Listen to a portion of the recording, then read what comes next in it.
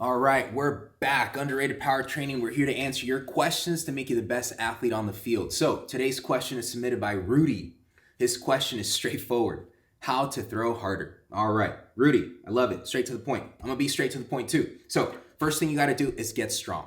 Okay, strength is the vehicle for power. So without strength, you're not gonna have power. You can do all the power exercises you want, all the drills you think are gonna work, but you're not going to maximize your potential. You need to get strong. Okay, so that's step number one. Step two, because you're thinking about throwing harder, we need to be training in the appropriate movement plane. So in this case, we want to make sure we're training in the frontal plane and the transverse plane. So the side to side, moving left to right, and then just the rotational plane. So that is going to be critical. Okay, not just any power exercise we'll do. Jumping on boxes or doing med ball jump passes are not, especially if you're just doing that, is not going to trigger what you want. Okay, so you need to make sure that we're training the right exercises in the right planes to get the results specific to what you want. Okay, so and the last thing I want you to do is make sure your mechanics are efficient. You have the right mechanics. Now, I'm not a mechanics coach, so I can't help you there, but you need to make sure you're doing that right, because what I do know is that if you have inefficient mechanics, you're going to put unnecessary stress on certain joints, okay? Especially the elbow, the shoulder, okay? So that is going to be one of the bad consequences of having poor mechanics. The second thing is you're going to be leaking force. Basically, you're not maximizing your ability to generate force, and that simply means you're not going to have the highest velo possible. Okay, so you're not maximizing your potential. All right, so we're gonna take a look at the deadlift. Deadlift is a great exercise, whether you're a pitcher or you're a position player, to improve your velo, because it's very specific to throwing. Let's go over the technique here. When we set up for the deadlift, let's make sure that our feet are underneath our hips. We're doing a conventional stance, so feet are directly underneath our hips. It's gonna allow us to apply maximal force. Our hands are gonna be just to the outside of our shins, in line with our shoulders. So from there, we want to make sure that we organize our back and our feet are firmly on the ground from heel to toe. We want to take a nice deep breath inward, and once we brace through the midsection, through the core, we're going to accelerate by pressing into the ground through our entire foot. And our goal is to keep the bar close the entire time. At the top, we want to make sure that we lock out the hips. A good cue here is to think about pressing your hips into the bar. And that's going to help turn on your glutes and make sure that we take any extra pressure on your low back away. From there, we want to make sure that we lock out the knees and finish as tall as we can. At the top is a good place to take a deep breath and reset before we go into our next rep. When we begin to work the bar down to the ground, you start with a hinge. So you want to unlock the hips, reach the butt back, and that's going to be the best way and the safest way to bring the bar back down to the ground.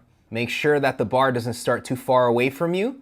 So a good rule of thumb is 2 finger widths away from your shins. So the barbell is not directly in touch with your shins, but it's not away and outside of your base, which would basically mean the barbell is in front of your toe. So we want to make sure that the bar is close as we go through the deadlifts. Emphasize driving through the ground, lock it at the top, and you've got yourself a good deadlift.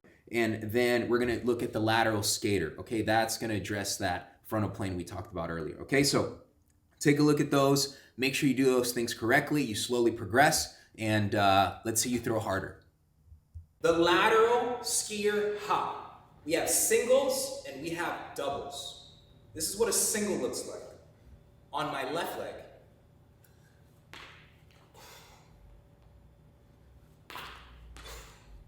So, single leg, going to my left.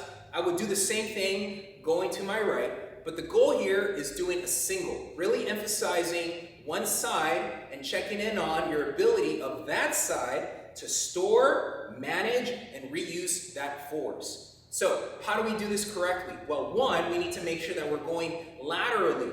You want to be able to stay on the same line that crosses both your toes. So if I'm facing you guys, if I push off, I want to make sure that I am landing on the same line when I do my lateral skier hops. I don't want to be going forward because it changes the angle of my leg. Or going backward. Chances are my foot's going to open up. I'm going to go through external rotation, landing with my foot to the, or landing with my toes facing out, which is kind of, it changes everything, and it could potentially put my body at risk, specifically my knee. So, doing singles is the best way to get this thing started. So again, you want to stay on the same line. The next thing you want to focus on is you get full ground support. Basically, your whole foot stays, or at least lands on the ground, okay? You also want to make sure that you are adding a little bit of a hinge. So when I hit the ground, my knee, my ankle load, but I also have good hip loading as well. So that is going to allow me to incorporate and store some of that force, some of that ground force when my foot hits the ground into my posterior chain, which we know is the strongest or one of the most important regions of our body to generate some force. So I load, push off, load, push off. Another point here is the amount of time spent on the ground. Because we're looking to work on explosiveness, specifically the ability to store, capture, and reuse elastic energy, that only happens if we minimize the time spent on the ground. Basically, it's called ground contact time. We want to reduce that because that is going to allow us to maximize the reuse of that energy as soon as we hit the ground, that ground force. So make sure that you're not spending too much time on the ground, because then that's going to allow that force that your body stores to leak and dissipate, okay? So spending too much time on the ground basically makes that force, that ground force, go away. So again, spend as little time on the ground as possible as you go through your lateral skier hop. So we did singles there. The next step from there would be doubles. Basically, we're doing lateral skiers on both feet at the same time, basically during that same rep. It would look something like this. Again.